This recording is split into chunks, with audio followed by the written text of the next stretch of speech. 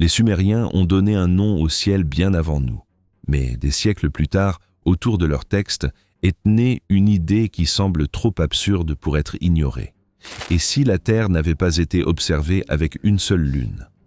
Si cela n'était qu'un mythe moderne, quelqu'un a déformé l'une des mémoires les plus anciennes de l'humanité. Si ce n'était pas le cas, la question est pire. Qu'exactement a été vu? Ce n'est pas une vidéo sur le fait de croire à une théorie exotique quelconque. C'est exactement le contraire. Parce que le cas de la deuxième lune des Sumériens est dangereux pour une raison beaucoup plus sérieuse. Il se situe à la frontière entre trois choses qui, lorsqu'elles se mélangent, produisent presque toujours de la confusion. Texte ancien, observation astronomique et traduction moderne. Le problème est que, lorsqu'une civilisation ancienne devient le symbole du savoir perdu, chaque lacune devient un portail. Chaque mot ambigu devient une preuve. Chaque fragment incomplet devient une révélation. Et c'est là que naît l'énigme. Les Sumériens ont-ils vraiment laissé une trace d'une deuxième lune? Ou avons-nous fabriqué cela après, parce que nous voulions désespérément trouver quelque chose qui défie l'histoire officielle? Aujourd'hui, nous allons suivre cette trace jusqu'au point où elle devient inconfortable. Et à la fin, la réponse sera peut-être plus inquiétante que la théorie elle-même. La plupart des gens imaginent l'histoire comme ceci. Un texte sumérien ancien, clair, direct, disant qu'il y avait deux lunes. Mais la réalité est beaucoup moins nette, et c'est pourquoi beaucoup plus intéressante. Ce qui existe en pratique, c'est un enchevêtrement de traditions mésopotamiennes, de fragments, de lectures tardives, de réinterprétations modernes, et surtout une fin presque obsessionnelle de trouver chez les anciens ce que le présent ne peut pas encore expliquer. C'est la première rupture d'attente du documentaire. Le grand mystère n'est peut-être pas une deuxième lune littérale. C'est peut-être le fait que cette idée a survécu précisément parce qu'elle semble toujours être à moitié cachée, à moitié déplacée, à moitié suggérée, jamais complètement affirmée, jamais complètement détruite.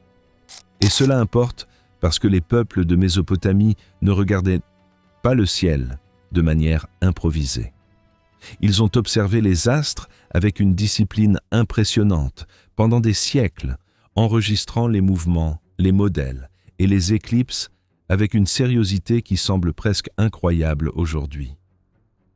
Le monde mésopotamien a transformé l'observation du ciel en un projet intellectuel de longue durée, capable même de prédire les éclipses lunaires et solaires. Alors, la question change de niveau.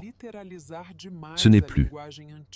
Un peuple ancien a-t-il inventé quelque chose d'étrange? La question devient, comment une tradition astronomique si sophistiquée est-elle devenue un terrain fertile pour l'une des idées les plus controversées liées au ciel ancien? Ici, entre un détail qui change complètement la perception du spectateur et augmente la crédibilité de la vidéo. Quand on parle aujourd'hui de textes astronomiques sumériens, nous mélangeons souvent l'héritage sumérien, la tradition religieuse préservée au fil du temps et les tablettes babyloniennes ou assyriennes ultérieures qui enregistrent des observations plus techniques du ciel. C'est-à-dire, l'énigme commence déjà contaminée par la simplification moderne. Appeler tout sumérien crée un effet puissant de marketing. Cela semble plus distant, plus mystérieux, plus original. Mais cela crée aussi une illusion, celle qu'il existe une source ancienne unique, pure, intacte, disant quelque chose d'explosif. En pratique, ce n'est pas le cas, et cela n'affaiblit pas le mystère. En fait, cela le renforce. Parce que cela signifie que nous avons affaire à une mémoire culturelle longue, qui traverse les siècles, change de langue, change de contexte, change de fonction, religieuse, astronomique, rituelle, politique. Et quand une tradition traverse autant de filtres, un mot peut cesser d'être simplement un mot. Il devient un champ de bataille. Peut-être que la deuxième lune n'est pas cachée dans un seul texte. Peut-être qu'elle existe comme effet secondaire d'une transmission imparfaite entre ciel, mythe et traduction. Si quelqu'un voulait vraiment défendre l'hypothèse d'une deuxième lune dans l'univers symbolique sumérien, il rencontrerait un problème dès le départ. La lune dans la pensée mésopotamienne, n'apparaît pas comme une multiplicité diffuse. Elle apparaît comme une entité centrale, organisée, divine, reconnaissable.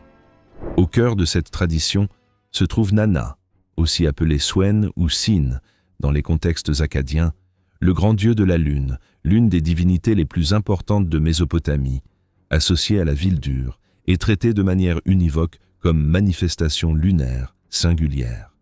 Et c'est cela qui rend le cas si bon pour la rétention.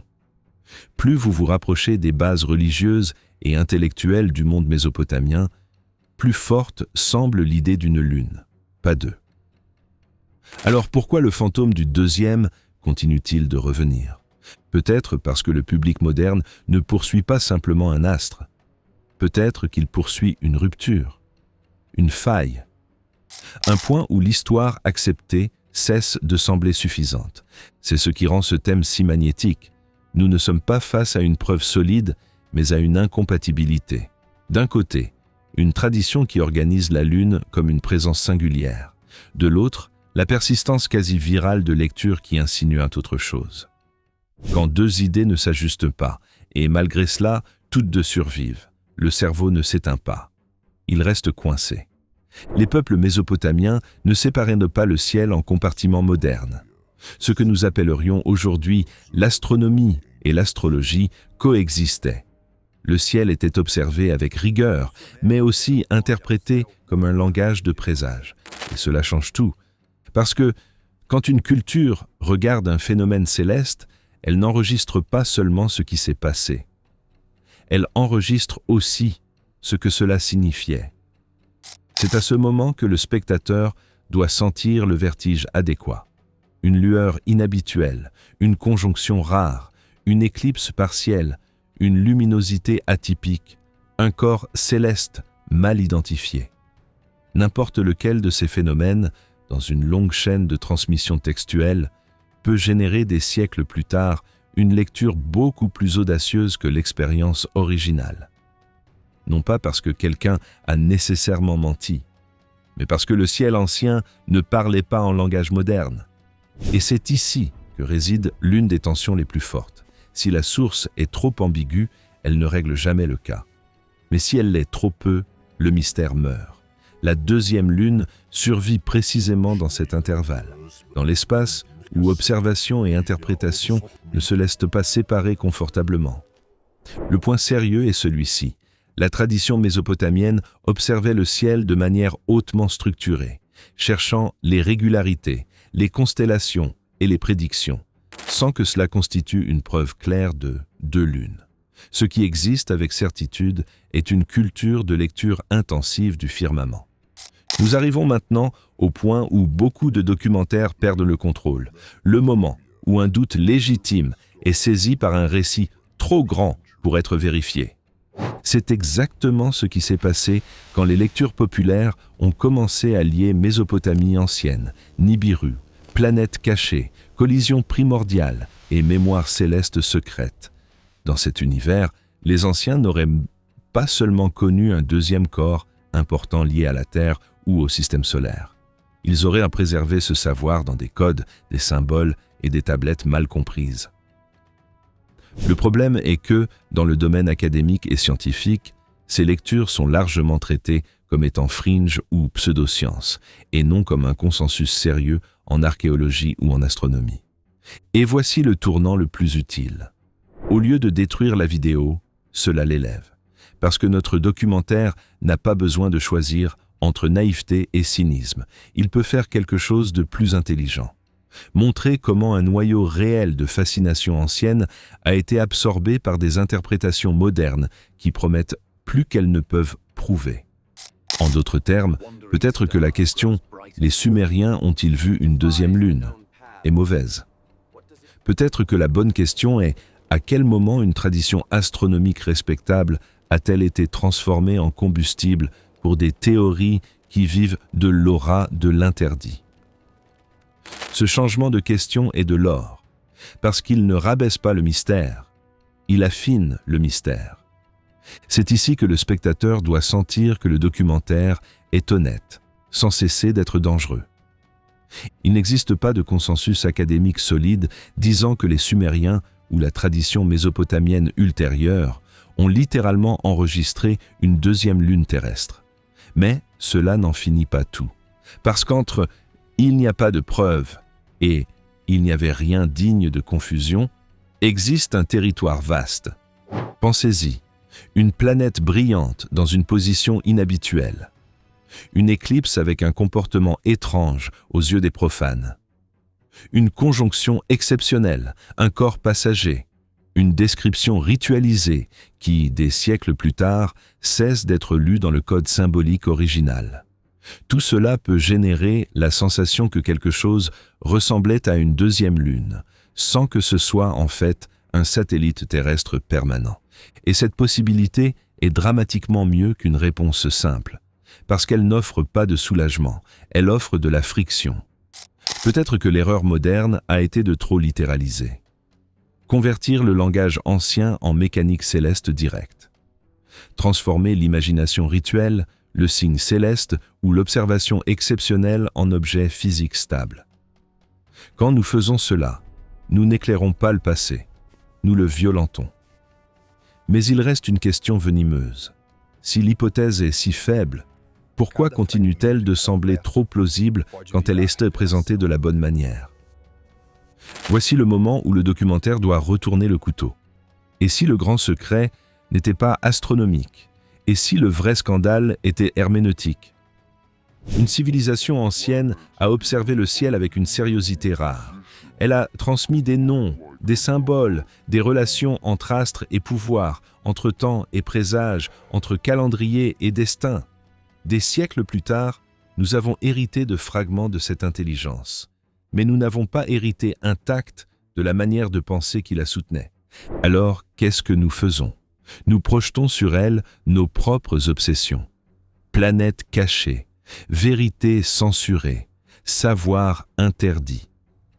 La deuxième lune devient irrésistible, non pas parce qu'elle est prouvée, mais parce qu'elle s'ajuste parfaitement à la fantaisie moderne, selon laquelle la vérité la plus importante a toujours été cachée. Mais cela crée une inversion troublante. Peut-être qu'il n'y avait pas de deuxième lune physique, peut-être qu'il y avait quelque chose de plus difficile à accepter, une deuxième couche de lecture, enterrée entre religion, observation et langage, que nous ne savons plus déchiffrer sans déformer. Et cela, pour un spectateur intelligent, est plus inconfortable que n'importe quelle théorie toute faite, parce que cela détruit deux illusions à la fois. L'illusion que les anciens étaient dacs et naïfs, et l'illusion que nous sommes des lecteurs transparents du passé. Alors, finalement, la deuxième lune des Sumériens a-t-elle existé? Si par « exister », vous entendez une preuve claire, acceptée, directe, littérale, non. Rien dans l'état sérieux de la question n'oblige cette conclusion. Mais si par « exister », vous entendez ce qui suit, il y a eu une combinaison explosive entre l'observation du ciel, la transmission imparfaite, l'ambiguïté textuelle, la mémoire culturelle et les relecures modernes suffisamment puissantes pour produire une énigme durable. Alors oui, elle a existé, et elle existe toujours. Parce que certaines idées ne survivent pas en étant vraies au sens brut. Elles survivent parce qu'elles exposent une fissure. Et la fissure ici est profonde. Nous faisons confiance aux traductions, mais nous comprenons rarement le monde qu'elles ont perdu. Ce qui est plus troublant, c'est que la question n'est pas morte. Elle a simplement changé de lieu. Elle a quitté le ciel ancien et elle est entrée dans notre manière de lire le passé.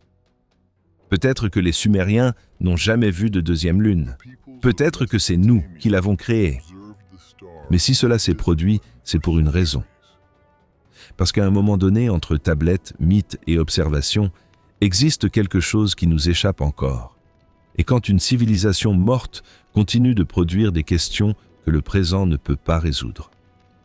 Le mystère n'a pas pris fin. Il a simplement trouvé une nouvelle orbite.